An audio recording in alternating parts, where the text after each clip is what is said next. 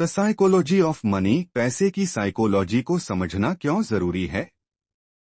पैसा कमाना आसान हो सकता है, लेकिन उसे संभालना और बढ़ाना एक अलग खेल है।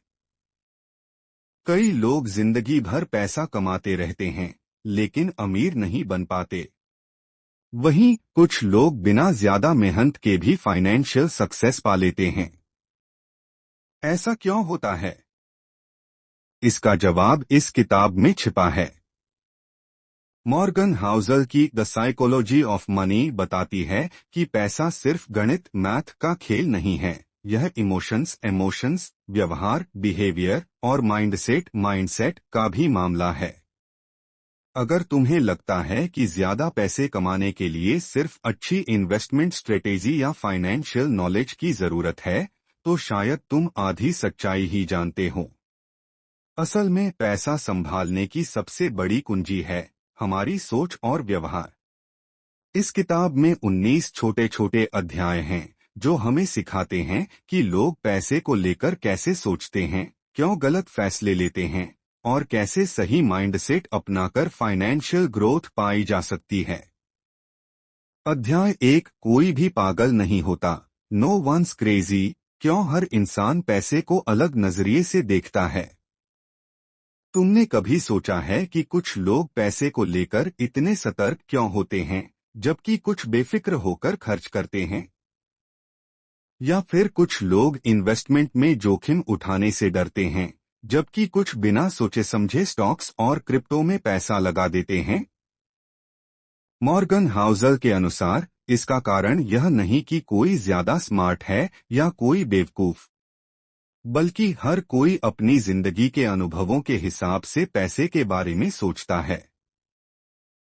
हमारा अनुभव हमारी सोच तय करता है। पैसे को लेकर हमारी सोच हमारे व्यक्तिगत अनुभवों पर निर्भर करती है, न कि किसी किताब में लिखे गए नियमों पर। उदाहरण, अगर कोई 2008 के आर्थिक मंदी फाइनेंशियल क्राइसिस में अपनी बचत खो चुका है, तो उसे शेयर बाजार हमेशा खतरनाक लगेगा। वहीं जिसने 2010 के बाद बाजार में निवेश किया और जबरदस्त फायदा कमाया, उसे स्टॉक्स में पैसा लगाना सबसे सही लगेगा। यानी हमारा पैसा संभालने का तरीका पूरी तरह हमारे बीते अनुभवों पर निर्भर करता है। लोग तर्क लॉजिक से नहीं, अपनी भावनाओं इमोशंस से फैसले लेते हैं। लोग सोचते हैं कि पैसे के फैसले हमेशा तर्क और बुद्धिमानी से लिए जाते हैं, लेकिन हकीकत में हम अपने डर, लालच, असुरक्षा और उम्मीदों के आधार पर फैसले लेते हैं। अगर किसी ने बचपन में पैसों की तंगी देखी हो, तो वह हमेशा खर्च करने से डरेगा। वहीं अगर किसी ने हमेशा आरामदायक जिंदगी जी हो, तो वह पैसे को लेकर उतना सतर्क नहीं होगा। इसलिए कोई भी व्यक्ति गलत नहीं होता, बस हर किसी की परिस्थितियां अलग होती हैं। 3, दूसरों के फैसलों को जज मत करो। हम अक्सर सोचते हैं कि यह इंसान अपने पैसे को लेकर इतनी बेवकूफ़ी क्यों कर रहा है, लेकिन असल में हम उसकी जिंदगी और अनुभवों को नहीं समझ सकते। उदाहरण के लिए, अगर कोई इंसान सारा पैसा बचा रहा है और निवेश नहीं कर रहा, तो शायद उसने बचपन में आर्थिक तंगी झेली हो। अगर कोई बहुत ज्यादा खर्च कर रहा है, तो शायद उसने हमेशा एक संपन्न जीवन जिया हो। इसलिए किसी के वित्तीय फैसले को जज करने से पहले उसकी जिंदगी की कहानी को समझने की कोशिश करो। 4, भाग्य और जोखिम, लक रिस्क का रोल। कोई भी निवेश हमेशा 100% सही नहीं होता। कई बार यह सिर्फ भाग्य, लक और जोखिम रिस्क पर निर्भर करता है। कुछ लोग शेयर बाजार में निवेश करके करोड़पति बन जाते हैं, लेकिन इसका मतलब यह नहीं कि वे सबसे ज्यादा स्मार्ट थे। वहीं कुछ लोग बहुत सोच समझकर निवेश करते हैं और फिर भी नुकसान उठा लेते हैं।